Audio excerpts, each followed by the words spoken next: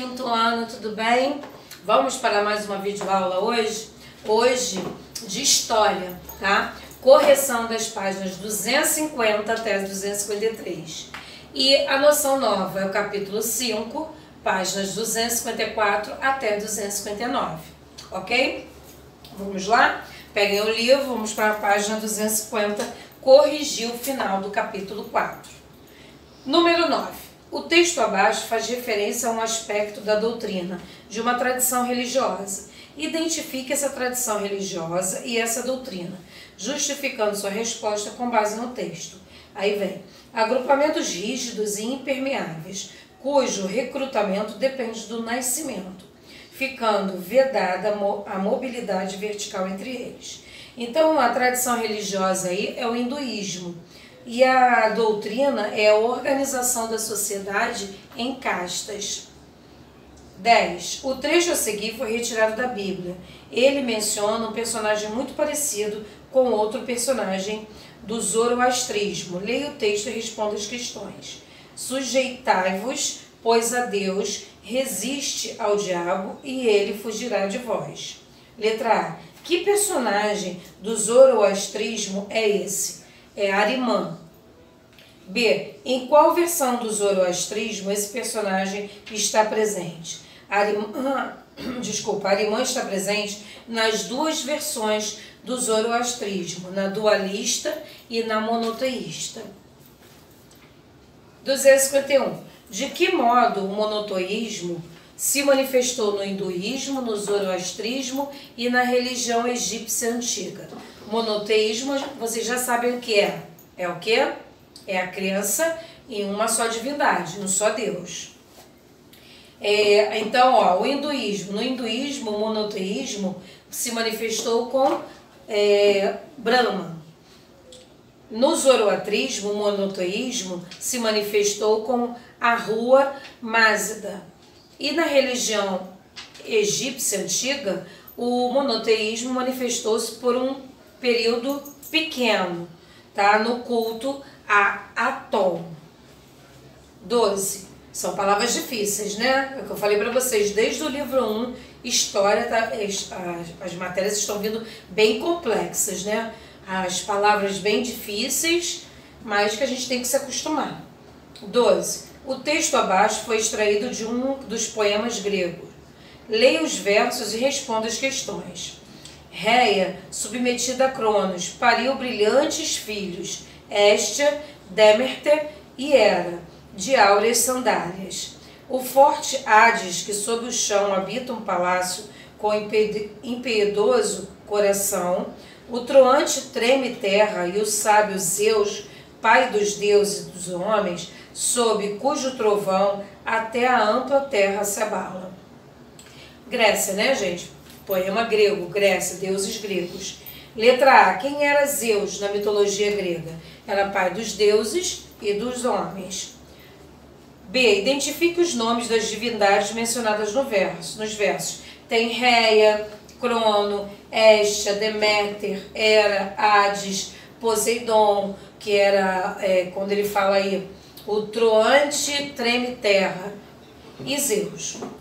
C. Qual é a relação entre Réia, de um lado, e Héstia, Déméter, Hera, Hades e Poseidon e Zeus? Réia, está dizendo aqui nesse trecho, ela pariu essas divindades. Por esse motivo, então, ela é mãe de todos, de todas elas. 252 é o relembrando, para a gente finalizar esse capítulo. Aí vem textos das religiões, escrituras não sagradas. Embaixo dela tem que ter Ilíada, Odisseia e Teogonia.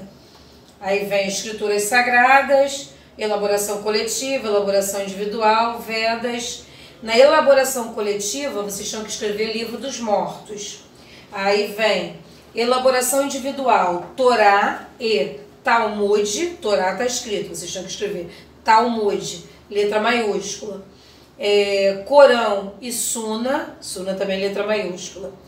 Vem o mais abaixo, é o Antigo Testamento, tá? Ele até escreveu o Novo Testamento, era só um complete. 253, que é a nossa última, vocês iriam escrever no primeiro retângulo hinduísmo, embaixo tem judaísmo, cristianismo e islamismo aqui ao lado, né, onde tem a estrela. Onde tem a estrela você vai escrever as 3 religiões abraâmicas que a gente estudou, tá? O judaísmo, o cristianismo e o islamismo. Do outro lado, o zoroastrismo e embaixo a religião egípcia. Eu aprendi você que vai marcar, ok? Então nós chegamos no final do capítulo 4 e hoje vamos iniciar o capítulo 5. Capítulo 5 é a cidade na antiguidade, tá? Aí vem assim, para conversar. Você sabe dizer que lugar é este retratado na fotografia? E aí, você sabe dizer? Que histórias você conhece sobre esse lugar? Você acha que atos de cidadania eram praticados nesse local? Aí na página 255. Neste capítulo você vai conhecer a definição de cidadania, indicar os passos da cidadania em diferentes períodos da antiguidade, reconhecer os limites entre cidadania e religião, explicar o processo de surgimento da cidadania na Grécia e em Roma. Isso é que nós iremos ver no capítulo 5. 256 começa, né, com o que é a cidadania. Aí vem um bate-papo aí entre as crianças. Aí começa assim: pessoal, o que vocês acham de a gente fazer uma campanha na escola para incentivar a coleta seletiva? Assim a gente pode contribuir para a preservação do ambiente.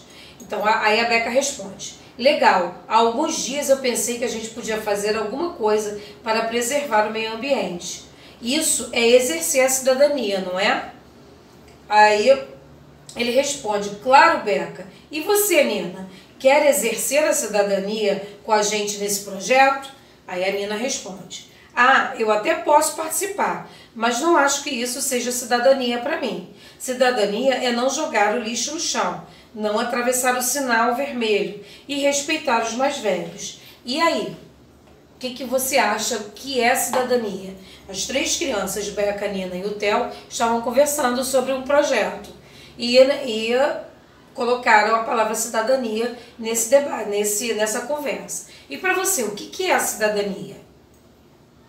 Aí vem 3 questões para você pensar, é só oralmente.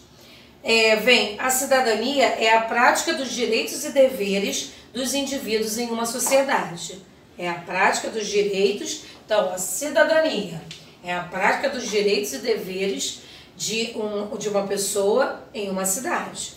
Então vocês vão passar a marca-texto aí. Por exemplo, nos períodos eleitorais, quando a principal preocupação dos candidatos é o voto, os cidadãos têm o direito de eleger aqueles que melhor representarem seus interesses. Alguns acreditam que esse é o único momento que exercemos a cidadania, mas isso não é verdade.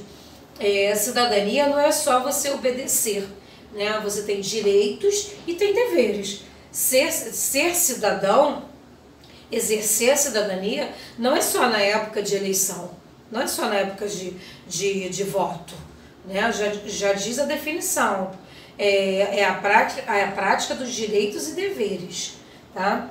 Aí vem, cidadão é aquele que faz parte do espaço que ele ocupa, do espaço urbano ali, que ele ocupa, urbano ou rural, tá?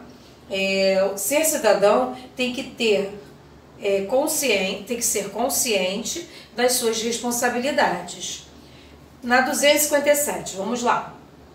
Todo cidadão possui um conjunto de direitos que lhes permitem atuar na sociedade. Direitos civis, sociais e políticos. Direitos civis é o direito de ir e vir. É a liberdade que você tem. Apesar de nós estarmos numa pandemia, estamos em casa, mas o direito civil, um deles, é o direito de ir e vir, de você poder ir aonde você quiser. Direitos sociais é o direito à educação, a um hospital, a uma aposentadoria, quando você trabalha uma vida toda, chega uma determinada época que você se aposenta. Direitos políticos é o voto, a transparência dos governantes, né, com as suas contas, com o seu governo, que deveria ser assim, deveria ter essa transparência, né? Mas não é o que a gente vê hoje em dia, o que mais a gente vê é a corrupção, né? A liberdade de expressão, de locomoção, muitas vezes chamada de ir e vir, e de propriedade, são alguns exemplos de direitos civis. Os direitos sociais correspondem à satisfação das necessidades humanas básicas. Foi o que eu falei para vocês. O direito à educação, à saúde, à segurança, à habitação. Os direitos políticos devem garantir a participação do cidadão nos destinos da política, ou seja, por meio do voto e do direito à manifestação social. Até a manifestação social também é um direito. Nós vivemos numa democracia. Então, você se manifestar, você fazer uma manifestação por algo, é um direito nosso. A cidadania é uma conquista permanente. Nós vimos isso, praticar a cidadania há pouco tempo, o que aconteceu não só no Brasil, mas aconteceu nos Estados Unidos, com a manifestação que durou dias e dias e dias pelo rapaz, pelo George, né? Que foi morto por um policial. Direito à manifestação. Se é uma democracia, tem que ter. Nós, cidadãos, temos que ter esse direito a se manifestar, naquele caso lá nos Estados Unidos, contra a postura daquele policial, que foi totalmente errada, né? Chegou a matar uma pessoa. Isto porque, historicamente, vários direitos foram alcançados pela própria população. A exemplo do voto feminino, um direito conquistado pelas mulheres brasileiras em 1932. Por isso, é importante saber o que é cidadania e como podemos exercê-la em nossa sociedade. Aí embaixo também vem um exercício, tá? 258, vem o tema judaísmo e cidadania. Aí eu coloquei aqui para a gente fechar todos sobre cidadania. Todo cidadão possui um conjunto de direitos que lhes permitem atuar na sociedade. São os direitos civis, sociais e políticos. E agora nós vamos no segundo tema, judaísmo e cidadania. O Luquinha, Torugo e Theo estão conversando. Pessoal, vocês já encontraram reportagem sobre ações ou práticas que podem ser consideradas um exercício de cidadania? A apresentação do nosso trabalho é na semana que vem. O Torugo responde: eu encontrei uma reportagem sobre um grupo religioso que faz um trabalho social com moradores de rua. O Luquinha responde: Torugo, isso não pode ser cidadania, porque esse grupo é religioso. Aí o Luquinha, o Theo responde: esse grupo ajuda as pessoas a conseguir documentos pessoais e carteiras de trabalho. Isso não é uma forma de cidadania? E aí, para vocês, isso é uma forma de cidadania também? Vamos para a página 259, que nós vamos falar um pouco sobre isso. Você acha que existe alguma relação entre cidadania e religião? Você concorda que essas duas práticas devem ser separadas em um Estado? Esse Estado aí com letra maiúscula, referente ao país, ao Brasil. Aí vem o segundo parágrafo que vocês vão passar a marca-texto. O Estado brasileiro, quer dizer, o país, é laico, o que significa que as atividades políticas não podem ser influenciadas pelas religiões de seus praticantes. Ao mesmo tempo, significa também a liberdade religiosa de todos os cidadãos. Então, o que significa aqui? Eu até coloquei embaixo. O Estado brasileiro, Estado com letra maiúscula, significa o país, é laico, quer dizer, aqui não tem uma influência religiosa, tá? Ele é bem, o que está inscrito no glossário, laico, aquilo que está separado ou não pertence a nenhuma religião. Então, aqui existe uma tolerância religiosa, né? Você pode escolher a religião que você quer praticar, tá? E o que vocês acham disso? Vocês acham que religião e cidadania têm uma relação? Aí vem, no passado, porém, diversas sociedades se organizaram politicamente, de acordo com suas crenças religiosas. Houve também grupos religiosos que transformaram sua crença em instrumentos de mudança na sociedade, como os judeus e o seu monoteísmo ético. Os judeus foram um dos primeiros povos a se declararem monoteístas. A gente já viu esse termo. Mas a contribuição para a cidadania não se encontra no monoteísmo, e sim na forma especial que o monoteísmo tinha para eles, que era o monoteísmo ético. A parte de cidadania não tinha nada a ver com o monoteísmo, puramente, porque o monoteísmo é a crença em uma divindade, em um só Deus. Foi no momento que eles colocaram o monoteísmo ético, tá? Quem lembra disso, na última aula de história, que nós falamos sobre isso, né? Sobre o judaísmo, o monoteísmo ético. Por volta do século 8 a.C., os chamados profetas sociais fizeram fortes críticas aos excessos materiais da realeza judaica e ao descaso com a pobreza. Esses profetas apontaram para a necessidade de os judeus se voltarem para o bem e de se dedicarem a comportamentos que correspondessem à moral judaica. Assim, o discurso do monoteísmo ético convidava os judeus a se preocuparem menos com as grandes festividades e rituais e mais com as questões sociais da época. O monoteísmo ético que a gente viu, né? Que eles pregavam que as pessoas tinham que pensar mais no próximo, na sua reforma moral e mais no próximo. Então tinha uma questão social aí, né? Quando se fala em monoteísmo ético. Então aqui se encaixa a cidadania. Eles estão juntos, né? Tem o número 1 e número 2, que são duas questões para vocês fazerem sobre isso, tá? E nós vamos ficar aqui nessa página 259, tá bom? Vocês fiquem com Deus, leia com atenção tudo de novo.